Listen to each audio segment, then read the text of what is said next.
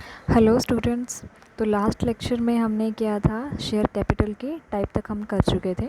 आज हम करेंगे अपना मिनिमम सब्सक्रिप्शन। तो हमने सब्सक्रिप्शन जो आप पिछले लेक्चर में आपने सब्सक्रिप्शन जो वहाँ से किया था, सब्सक्राइब कैपिटल से किया था। तो अब हम करते हैं मिनिमम सब्सक्रिप्शन। सब्सक्रिप्शन का मतलब क्या होता है, देखो कि आपने कोई किसी कंपनी की अगर सर्विस लेनी है तो आप उसके लिए पहले अमाउंट पे करते हो, ठीक है। इसका मतलब आपने वो जो अमाउंट पे करा है वो होता है सब्सक्रिप्शन। तो अब आप कंपनी की क्या सर्विस ले रहे हो, क्या आप कंपनी के शेयर्स ले रहे हो, ठीक है। तो जब कंपनी अपने शेयर्स इशू करती है तो जितनी उसने कैपिटल इशू करी है, मान लो उसने 2 लाख रुपए तक के शेयर्स मंगवाए हैं, 2 लाख उसकी इशूड कैपिटल हो गई। तो उसने जितने भी शेयर्स इशू करे हैं, चाहे 10 रुपये के हिसाब से करे हैं या 100 के हिसाब से करे हैं, तो जितने भी उसने अपना अमाउंट इशू किया है, 2 लाख उसकी इशूड कैपिटल है, तो उसका मिनिमम सब्सक्रिप्शन क्या मतलब होगा कि कम से कम इतने अमाउंट के लिए तो सब्सक्राइब आपको करवाना ही होगा अगर आप कंपनी के शेयर परचेज़ करना चाहते हो। तो वो मिनिमम अमाउंट हो जाता है आपका मिनिमम सब्सक्रिप्शन, उसको उसे कहते हैं हम, ठीक है। जैसे कि आपके कंपनी ने इशू करने के लिए 2 लाख रुपए हैं,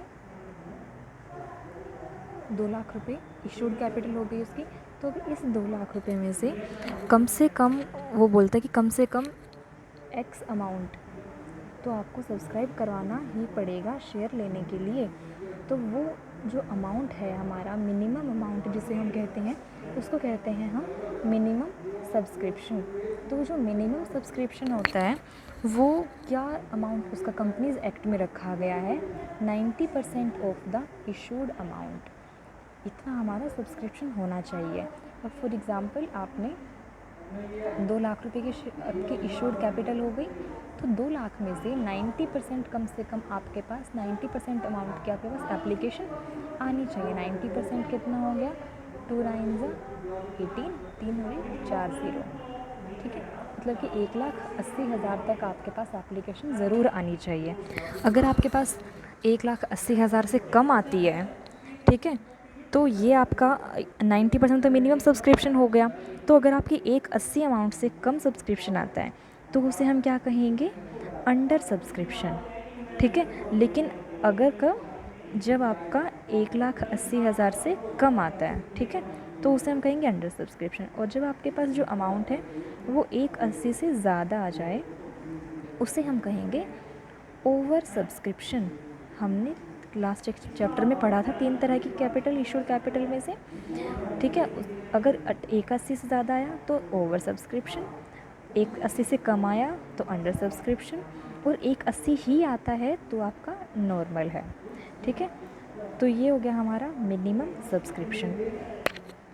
नेक्स्ट है हमारा IPO। IPO का मतलब होता है initial public offer. Initial public offer का मतलब देखो क्या होता है कि भाई जब कंपनी अपने कैपिटल रेज़ करने के लिए शेयर मार्केट में जाती है तो उसने पब्लिक को इनिशियली क्या ऑफ़र करा है। इनिशियल मतलब शुरू में पब्लिक ऑफ़र में क्या करा उसने, जनरल पब्लिक से पैसे इनवाइट करती है शेयर्स के द्वारा, ठीक है। तो वो हो गया इनिशियल पब्लिक ऑफ़र। ये आप इसको हम शॉर्ट फॉर्म में हम IPO बोलते हैं, IPO। इस IPO के बारे में आप अपना जो आपका IFS सब्जेक्ट है 2nd 3rd सेमेस्टर में, इंडियन फाइनेंशियल सिस्टम, आप उसमें भी पढ़ोगे IPO क्या होता है। तो IPO का मतलब हो गया जब कंपनी पहली बार कैपिटल रेज़ करने के लिए शेयर मार्केट में जनरल पब्लिक से पैसे मांगती है, वो जो ऑफ़र करती है उसे, या तो वो शेयर्स हो गए या वो डिवेंचर्स हो गए, तो उससे हम बोलते हैं इनिशियल पब्लिक ऑफ़र, ठीक है। उसके बाद है हमारा private placement of shares. Private placement of shares का मतलब क्या होता है, इसके लिए एक जो कंपनीज़ एक्ट में सेक्शन है वो हमारा है सेक्शन 42, डिस्कस करता है प्राइवेट प्लेसमेंट ऑफ शेयर्स के बारे में, ठीक है। तो प्राइवेट प्लेसमेंट ऑफ शेयर्स का क्या मतलब हो गया, देखो नाम से पता चलता है प्राइवेट मतलब कि ये, इसका तो ये नहीं कि ये प्राइवेट कंपनी कर रही है, no, this is a nature of shares देने का, ये शेयर देने का एक प्राइवेट प्लेसमेंट का मतलब क्या हो गया कि जो कंपनी है अपने प्राइवेटली जो नॉन बंदे हैं, नॉन बंदे का मतलब क्या हो गया कि भाई उसके जो नॉन है, या तो उसके फ्रेंड्स होंगे, रिलेटिव्स हो सकते हैं, या कोई फाइनेंशियल इंस्टीट्यूशन हो सकता है जिसमें कंपनी की अच्छी जान पहचान हो, वो उनको पर्सनली जानते हों। तो प्राइवेट प्लेसमेंट ऑफ शेयर्स का मतलब होता है कि जब कंपनी अपने शेयर्स अपने नॉन बॉडी कॉरपोरेट्स या इंसान या रिलेटिव्स या कोई फ्रेंड्स, उनको जब अपने शेयर्स ऑफ़र करती है, उसे हम कहते हैं प्राइवेट प्लेसमेंट ऑफ शेयर्स। तो ऐसे में कंपनी जो है जनरली इनवाइट नहीं करती है, वो अपने नॉन बंदों को सिर्फ एक नोटिस इशू करती है कि भाई वो शेयर्स इशू कर, वो उनको ऑफ़र करती है कि अगर आपको लेने हैं तो इसमें जो दूसरे नॉर्मल इशू से कैसे ये अलग होता है कि आपको अगर जनरल पब्लिक से आप इशू करते हो, उनसे शेयर्स, उनसे कैपिटल मंगवाते हो, शेयर्स उन्हें देते हो, तो उस टाइम पे आपको जो है वो प्रोस्पेक्टस इशू करना होता है। लेकिन जब आप अपने नॉन सर्कल में ही शेयर्स देने के लिए पैसे लेने के लिए उनसे इनविटेशन भेजते हो उन्हें, ठीक है, तब आप प्रोस्पेक्टस इशू करते हो। लेकिन जब आपको अपने नॉन सर्कल में शेयर इशू करने के होते हैं, तब आप क्या करते हो, उसे हम बोलते हैं प्राइवेट प्लेसमेंट ऑफ शेयर्स। उसमें हमें प्रोस्पेक्टस की ज़रूरत नहीं होती है, हमें क्या सिर्फ चाहिए होता है, statement in lieu of prospectus चाहिए होता है। अब हमें उसमें क्या चाहिए होता है, हमें statement in lieu of prospectus must be prepared. हमें प्रोस्पेक्टस नहीं बनाना, सिर्फ statement in lieu of prospectus बनाना है। तो अब ये हमारा प्रोस्पेक्टस से कैसे डिफरेंट होता है कि भाई जो प्रोस्पेक्टस होता है उसमें हम अपनी सारी कंडीशंस लिखते हैं, और उसमें हम बहुत ज़्यादा विस्तार से लिखते हैं, चीज़ें खोल खोल के एक एक चीज़ बहुत अच्छे से लिखते हैं। लेकिन statement in lieu of prospectus में हम सारी चीज़ें लिखते तो हैं, लेकिन एक शॉर्ट फॉर्म में लिखते हैं। ये इन दोनों में जो है फ़र्क होता है। तो आपने जब statement in lieu of prospectus issue किया है, तो आपको ये कंपनी ऑफ रजिस्ट्रार, जो रजिस्ट्रार ऑफ कंपनी, उसके पास कम से कम 3 दिन पहले आपको उसके पास ये सबमिट करवाना होता है जाकर, before the first instalment of either share और डिवेंचर्स।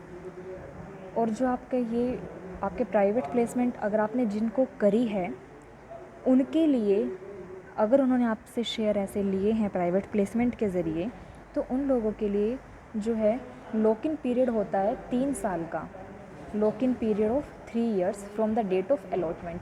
लॉक इन पीरियड का मतलब क्या होता है कि जिस टाइम पे आपने शेयर ख़रीदे हैं, आप उतने टाइम के लिए लॉक हो गए हो, आप अपने शेयर किसी को ट्रांसफ़र नहीं कर सकते हो, आप उनको बेच नहीं सकते हो। Can not sell their share for a lock in period of 3 years, कि भाई जिसने आपके शेयर्स प्राइवेट प्लेसमेंट के ज़रिए ख़रीदे हैं, वो आपके शेयर्स 3 साल तक आगे किसी और को नहीं बेच सकता। ऐसे पीरियड को बोलते हैं lock in period. Fine.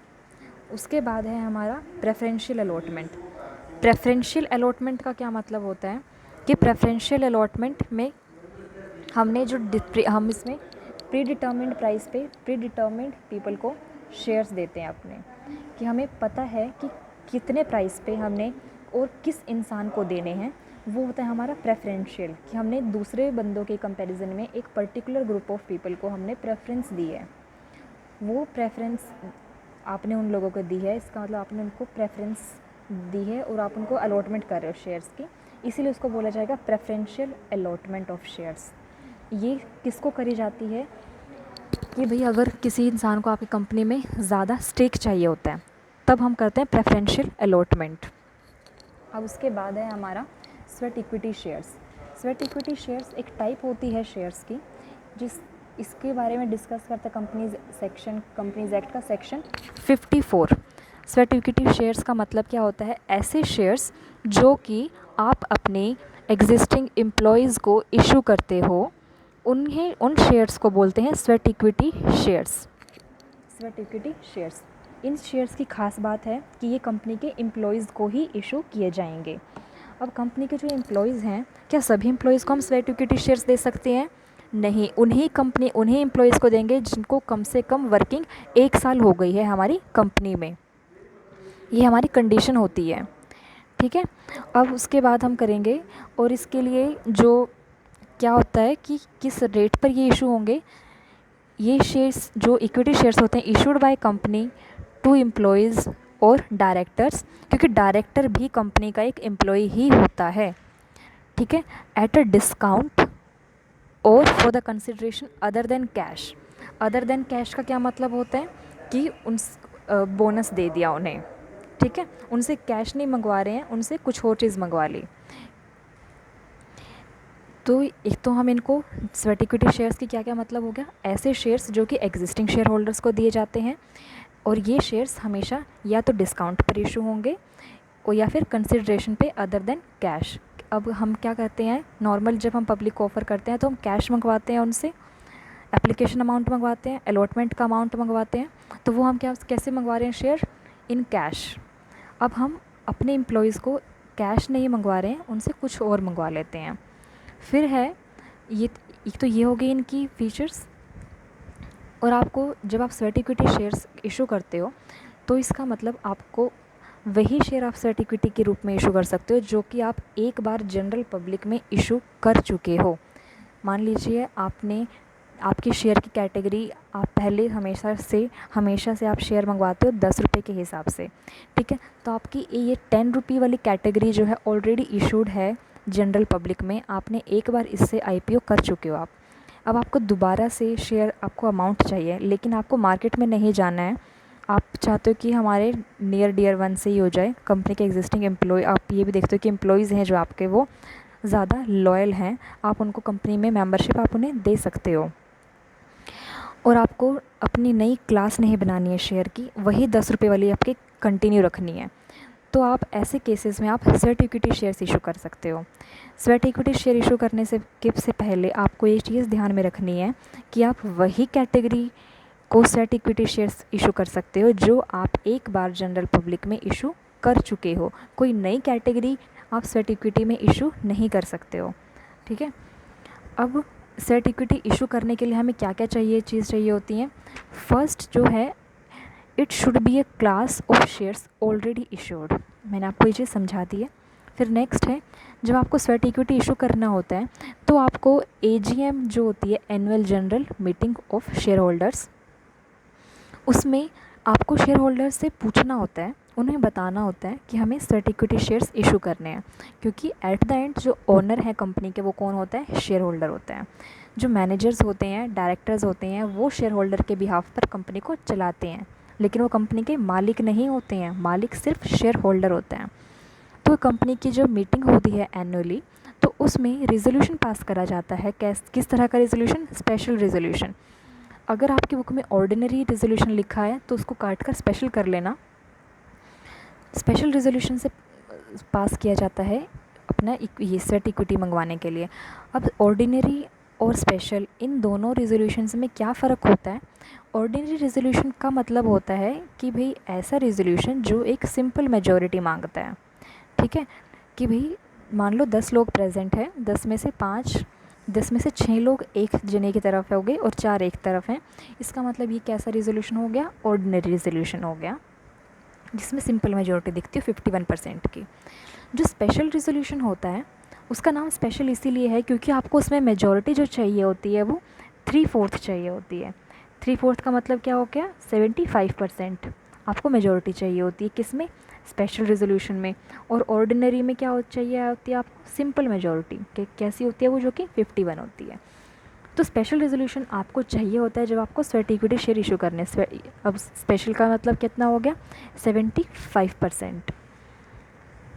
Next है हमारा रिजोल्यूशन जो है, इसमें क्या क्या चीज़ें हमारी मेंशन होती हैं। एक तो हमारा नंबर ऑफ़ शेयर्स, उनकी वैल्यू कि कितने आपने शेयर इशू करने हैं, एक शेयर कितने रुपए का है, उसकी क्लास कौन सी है, ये आपको बताना होता है। और अगली बात कि भाई जब आप अगर आपको स्वेट इक्विटी इशू करना है तो कितने टाइम पीरियड पे आप कर सकते हो। आपकी बिज़नेस को शुरू हुए कम से कम 1 साल हो गया हो, उसके बाद ही आप स्वेट इक्विटी शेयर इशू कर सकते हो। ये नहीं होना चाहिए कि भाई आपने बिज़नेस मान लीजिए शुरू किया 1 जनवरी 2005 को आपने बिज़नेस शुरू किया और आप स्वेट इक्विटी मंगवाना चाहते हो 1 जुलाई 2005 को। अभी तो हमारे सिर्फ 6 ही महीने हुए हैं, 12 महीने ज़रूरी हैं, इस at least 1 year since the commencement of business. Commencement का मतलब क्या होता है, बिज़नेस आपने अपना एक्टिविटी शुरू करनी। मैंने आपको फर्स्ट लेक्चर में बताया था कमेंसमेंट का मतलब अलग होता है और इनकॉर्पोरेशन का मतलब अलग होता है, कमेंसमेंट ऑफ बिज़नेस की डेट वो होती है जब आपकी कंपनी एक्चुअल बिज़नेस करना शुरू करती है, ठीक है। उसके बाद है हमारा नेक्स्ट कंडीशन जो है कि जो अगर कंपनी लिस्टेड है इस पे शेयर मार्केट में स्टॉक एक्सचेंज पर अगर लिस्टेड है तो उसे सेबी की गाइडलाइंस को है फॉलो करना पड़ेगा। सेबी क्या होता है हमारा? Security exchange board of India, regulator होता है ये हमारे शेयर मार्केट का। फिर है अगर कंपनी लिस्टेड नहीं है, in case of other company, तो स्वेट इक्विटी इशू करने के लिए उसको किसकी गाइडलाइंस माननी पड़ेगी? सेंट्रल गवर्नमेंट की। देखो अगर लिस्टेड है तो सेबी की मानेगी, अगर लिस्टेड नहीं है कोई और कंपनी है तो वो मानेगी सेंट्रल गवर्नमेंट की। नेक्स्ट है अ कंपनी में issue sweat equity share at less than nominal value and there is no need to comply with the provisions of section 54। ये कह रहा है कि भाई आप नॉमिनल वैल्यू से कम पर इशू कर सकते हो। हमने पिछले पेज पर जो हमने पढ़ा था वो क्या था कि आप डिस्काउंट पे इशू कर सकते हो स्वेट इक्विटी शेयर्स को, ठीक है, होते ही स्वेट इक्विटी डिस्काउंट पर इशू है। फिर नेक्स्ट है असेंशियल्स क्या है स्वेट इक्विटी के, कि भाई एक तो किस किस को दोगे आप? उन एम्प्लॉयज़ को जो कि या तो इंडिया में वर्किंग है या आउटसाइड इंडिया में वर्किंग है, लेकिन आपके साथ परमानेंट एम्प्लॉय हैं, एटलीस्ट 1 ईयर हो गया उनको काम करते हुए। आप डायरेक्टर्स को भी इशू कर सकते हो। फिर नेक्स्ट है आपका वैल्यू एडिशन। क्या वैल्यू एडिशन का मतलब क्या है कि आपका जो एम्प्लॉई है अगर आप वो बहुत अच्छा है किसी काम में और आप उसको कंपनी के मैनेजमेंट में हिस्सा दिलवाना चाहते हो, इसका मतलब कि आपकी कंपनी की वैल्यू इंक्रीज़ होगी अगर उस एम्प्लॉय के पास कोई स्पेशल स्किल है। अगर आप उसे मैनेजमेंट में हिस्सा बना देते हो और आप उसकी उस स्पेशल स्किल का फ़ायदा उठा सकते हो, आपकी कंपनी में वैल्यू क्रिएट हो सकती है। फिर नेक्स्ट है ऑथराइजेशन ऑफ शेयर होल्डर, और शेयर होल्डर से कैसे ऑथराइज़ करवाना है? स्पेशल रिजोल्यूशन पास करवा के। फिर नेक्स्ट है हमारा time limit of issuing sweat equity. Time limit क्या क्या मतलब हो गया कि जिस दिन से हमने स्पेशल रेजोल्यूशन पास करा है उसके विदिन 12 महीने के अंदर अंदर आपको स्वेट इक्विटी इशू करने पड़ेंगे। कि भाई मान लो आपने 1 जनवरी को आपका रेजोल्यूशन पास हुआ है, 1 जनवरी 2020 को, और आपने स्वेट इक्विटी इशू करने हैं, आपके पास गाइडलाइन है 1 जनवरी 2021 तक आप ये इशू कर सकते हो। अगर आप 1 फरवरी को इशू करते हो 2021 में, ये कहते हो कि भाई हमने रेजोल्यूशन पास ऑलरेडी कर चुके हैं, तो आपका रेजोल्यूशन की वो जो वैधता है वो ख़त्म हो चुकी है। आप 1 फरवरी को अगर इशू करते हो तो आपका ये वाला रेजोल्यूशन जो 1 जनवरी को पास किया था ये माना नहीं जाएगा, क्योंकि इस रेजोल्यूशन को पास हुए 12 महीने से ज़्यादा हो चुका है। नेक्स्ट है टाइम गैप। टाइम गैप का क्या मतलब है कि 1 साल होना चाहिए आपके बिज़नेस को शुरू हुए। फिर नेक्स्ट है नोटिस ऑफ जीएम की भाई आपको नोटिस देना पड़ेगा सारे शेयर होल्डर्स को। Limit of sweat equity shares, क्या कितना अमाउंट स्वेट इक्विटी बना सकते हो? ये कह रहा है कि it should not exceed 25% of paid up equity capital of company at any time. कि भाई आपने जितना आप स्वेट इक्विटी कर रहे हो, आपके वो कैपिटल जितना का आपने स्वेट इक्विटी के द्वारा मंगवाया है वो कभी भी 25% से ज़्यादा नहीं होनी चाहिए आपकी पेड अप कैपिटल से। नेक्स्ट है मैंडेटरी लॉक इन पीरियड, 3 साल तक आप वो जो शेयर है किसी को बेच नहीं सकते। फिर है राइट्स लिमिटेशंस रिस्ट्रिक्शंस एप्लीकेबल जो equity share holder sweat equity share holder के पास होएगी, कि भाई आप स्वेट इक्विटी शेयर होल्डर को कैसे ट्रीट करोगे, जैसे कि आप नॉर्मल इक्विटी शेयर होल्डर को ट्रीट करते हो वैसे आप इसको ट्रीट करोगे। अब देखो कि ये एक फ्रेज़ यूज़ करा गया है परी पासु। इस परी पासु का मतलब होता है at the same rate. Same rate किसके साथ? इक्विटी शेयर होल्डर्स के साथ। आप स्वेट इक्विटी शेयर होल्डर को परी पासु ट्रीट करोगे किसके? इक्विटी शेयर होल्डर के। परी पासु का मतलब का क्या मतलब हो गया? एट द सेम रेट, ठीक है, ये हो गया परी पासु का मीनिंग। अब है हमारा नेक्स्ट, अब हम एक डिफरेंस एक छोटा सा आपके कंसेप्ट क्लैरिटी के लिए एक छोटा सा मैंने ये टेबल बनाई है कि भाई आप अगर आप जिससे कि आप कंफ्यूज ना हो। प्राइवेट प्लेसमेंट ऑफ शेयर्स में क्या है? आप नॉन को शेयर्स दोगे और आप प्रोस्पेक्टस नहीं इशू करोगे। क्या इशू करोगे? Statement in lieu of prospectus. जब राइट इशू करते हो, राइट इशू क्या होती है? राइट इशू का मतलब होता है ऐसे आप किन को शेयर देते हो? जो आपके एग्जिस्टिंग शेयर होल्डर होते हैं। आप जब एग्जिस्टिंग शेयर होल्डर को ही दोबारा शेयर देते हो वो इशू कहलाता है राइट इशू। फिर आता है आपका स्वेट इक्विटी। स्वेट इक्विटी में आप किन को देते हो? अपने एम्प्लॉयज़ को देते हो। फिर है प्रेफरेंशियल अलॉटमेंट। प्रेफरेंशियल में आपने प्री डिटर्मिन्ड प्राइस है और प्री डिटर्मिन्ड पीपल है। देखो, आप प्राइवेट प्लेसमेंट में हैं, जनरल पब्लिक में नहीं जाते हो, ठीक है, इसीलिए आप क्या इशू करते हो? सिर्फ statement in leave of prospectus, आपने सिर्फ अपने नॉन जो आसपास है उनको दे दिया। राइट इशू में आप जनरल पब्लिक में जाते हो, लेकिन आपने इशू सिर्फ किसको करें? अपने एग्जिस्टिंग शेयर होल्डर्स को, आपने बाहर वालों के लिए रिस्ट्रिक्शन लगा दी है। आपने स्वेट इक्विटी आप जब इशू करते हो तो किसके लिए करते हो? सिर्फ एम्प्लॉयज़ के लिए। प्रेफरेंशियल अलॉटमेंट में आपने जनरल पब्लिक में जाते हो आप इशू के लिए, लेकिन जब आप अलॉटमेंट करते हो शेयर्स की, आप सिर्फ उन्हीं को करते हो जिसको आप चाहते हो, ठीक है। तो आपके कंसेप्ट क्लैरिटी के लिए डिफरेंट टाइप के इश्यूज़ में इसमें एक मैंने डिफरेंस क्रिएट करने के लिए ये टेबल बनाई है।